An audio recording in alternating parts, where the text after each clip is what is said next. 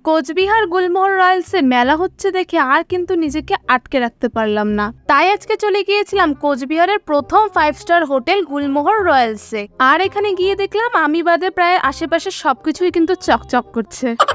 সত্যি কথা বলতে কোচবিহারের থেকেও কিন্তু এটা আমার প্রথমবার গুলমোহর রয়্যালসে আসা। আচ্ছা, আমার মতো কে কে আছো বলো তো যারা এখনো পর্যন্ত গুলমোহর রয়্যালসে ঠিকঠাক ভাবে আসোনি? আচ্ছা যাই হোক, চলো এবার মেলাটা একটু ঘুরে দেখা যাক। সত্যি কথা বলতে ঠিক যেমন নাম তার কিন্তু তেমনই কাজ। চারিদিকের পরিবেশে কিন্তু একটা রাজকীয় ব্যাপার আছে। তো চলো এবার একটু ভেতরে যাওয়া যাক। তো ভিতর থেকে ঘুরে এসে কিন্তু তোমাদেরকে কি কি দোকান বসেছে সেগুলোও দেখাবো। তো চলো। উরি বাবা, ভেতরে ঢুকতে গিয়ে দেখি এত ভিড়। হ্যাঁ দাঁড়াও, এখনো ভিড়ের তো কিছুই দেখায়নি, একটু পরে দেখাবো। তো ঢুকতেই দেখি সারেগামা পা খ্যাত প্রণয় মজুমদারকে। তো যাই হোক, এই সুযোগে কিন্তু ওনাকে দেখাও হয়ে গেল।